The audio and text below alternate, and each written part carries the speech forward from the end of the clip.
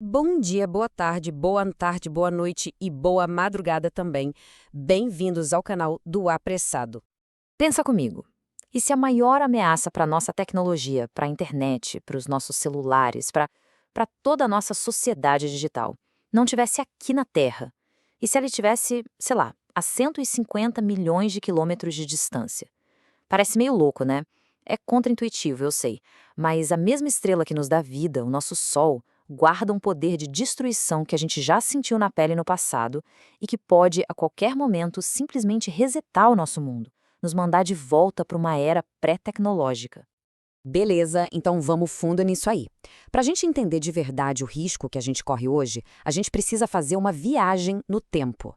Voltar para uma história que ficou meio esquecida, sabe? Mas que funciona como um baita alerta. Um alerta brutal para nossa era digital.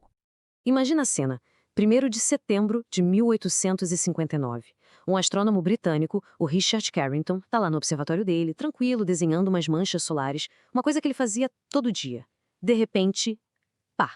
Um clarão de luz branca super intenso vindo de um desses grupos de manchas. Ele não tinha a menor ideia, mas ele tinha acabado de se tornar a primeira pessoa na história a ver e registrar uma erupção solar gigantesca.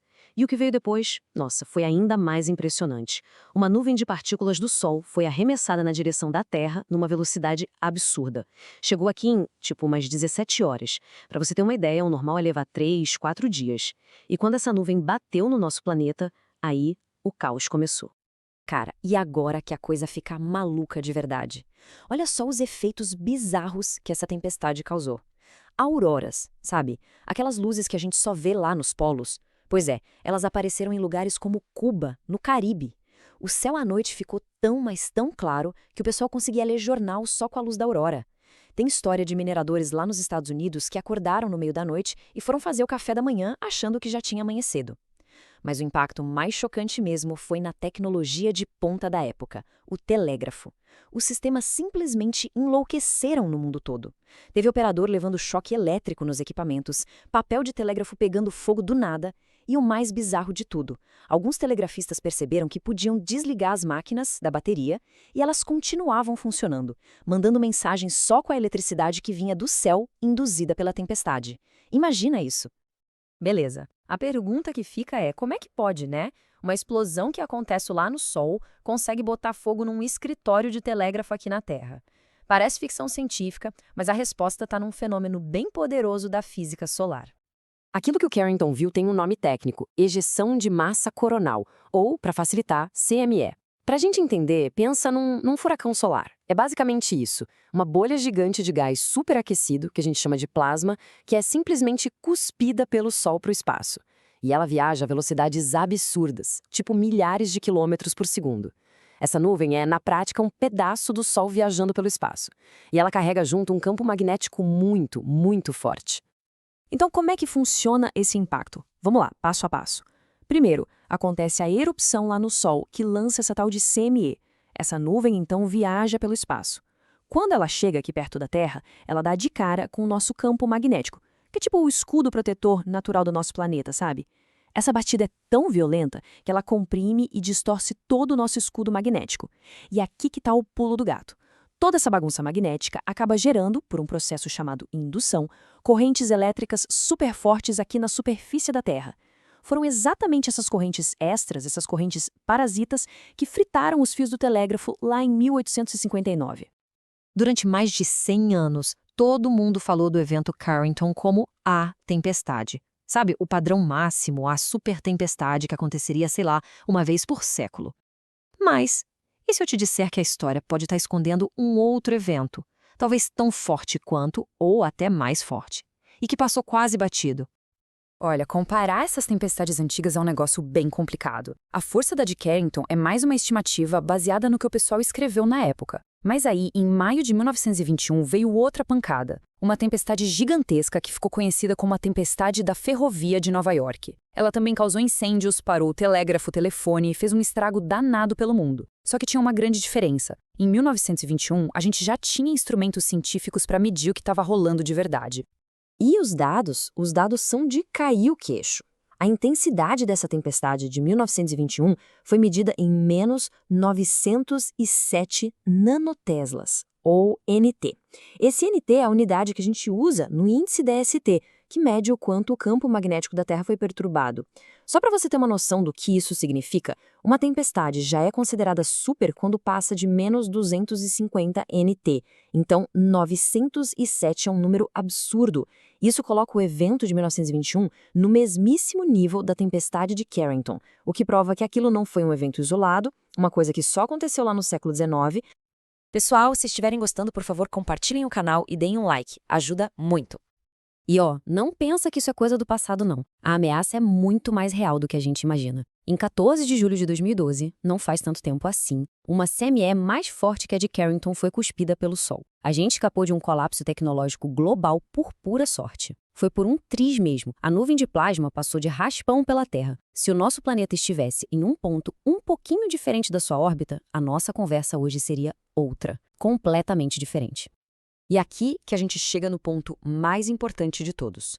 Pensa bem, os telégrafos de 1859 eram até que bem robustos, eram equipamentos simples. A nossa infraestrutura de hoje, nossa rede elétrica, a internet, os satélites, tudo isso é incrivelmente mais complexo e, por isso, muito mais frágil. Se uma tempestade daquelas de Carrington ou de 1921 acontecesse hoje, o impacto seria de uma escala que a gente mal consegue imaginar. Vamos listar o estrago. Primeiro, as correntes elétricas que vêm do céu iriam sobrecarregar e simplesmente destruir os transformadores da nossa rede elétrica. Resultado? Apagões em massa em continentes inteiros. Segundo, nossos satélites em órbita, muitos seriam danificados, queimados e inutilizados. Isso significa o fim do GPS. Imagina aviões, navios, até o sistema financeiro. Tudo depende do GPS. Terceiro, a internet e toda a comunicação por celular. Colapso total. Quarto, computadores, eletrônicos mais sensíveis, tudo isso poderia simplesmente queimar. E ainda tem mais, o perigo para a vida humana. Astronautas no espaço e até passageiros em voos muito altos seriam expostos a doses perigosas de radiação. Resumindo a ópera, o mundo ia sofrer um apagão tecnológico catastrófico. E não é ficar sem internet por umas horinhas para ver um filme. Não, seria um desligamento completo de tudo, de toda a infraestrutura que faz o nosso mundo moderno funcionar. E para voltar ao normal, e nem pense que seria rápido, estudos da NASA e de outras agências pintam um cenário bem sombrio. E por que demoraria tanto? Pensa só numa peça-chave, os grandes transformadores da rede elétrica, aqueles trambolhos gigantes.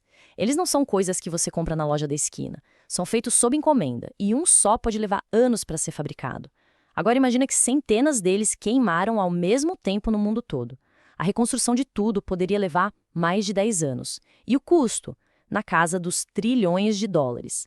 O resultado seria um colapso social e econômico que a gente nunca viu. Ok, diante de uma ameaça desse tamanho, a pergunta que não quer calar é: e aí, o que a gente pode fazer? A gente tem como se defender disso? Então, tem uma notícia boa e uma ruim. A boa notícia é que, diferente de um terremoto, por exemplo, a gente consegue ver uma tempestade solar vindo na nossa direção. A má notícia: o tempo de aviso que a gente tem entre ver a coisa saindo do Sol e ela chegar aqui é ridiculamente curto. Na média, a gente tem de 2 a 3 dias. Só isso. 2 ou 3 dias para se preparar para o pior. E a nossa estratégia de defesa, hoje, se baseia em 3 pilares. Primeiro, monitorar. A gente usa satélites e observatórios como o famoso Sorro para ficar de olho no Sol o tempo todo, 24/7. Segundo pilar, prever. Existem centros de previsão de clima espacial que pegam esses dados e criam modelos para saber a trajetória da CME e se ela vai bater na gente. E o terceiro pilar, mitigar, que é basicamente reduzir o estrago. Se o alerta vem, a gente pode tomar algumas ações como desligar partes mais sensíveis da rede elétrica ou virar os satélites para uma posição mais segura. E aqui chegamos na conclusão, que é a parte mais sobra de tudo isso. Simplesmente não existe tecnologia para parar uma ejeção de massa coronal.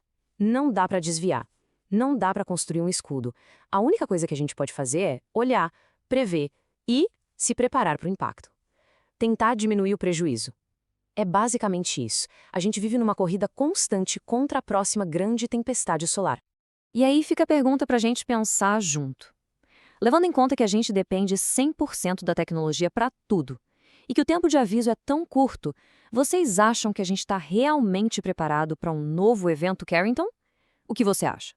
Deixa a sua opinião aí nos comentários.